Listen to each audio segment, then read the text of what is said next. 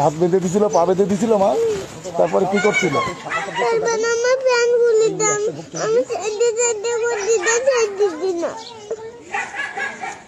তোমার খুব কষ্ট হচ্ছিল?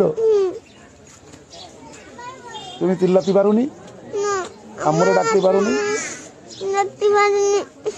তোমার মুখে কি কাপড় দেওয়া ছিল, বাঁধা ছিল?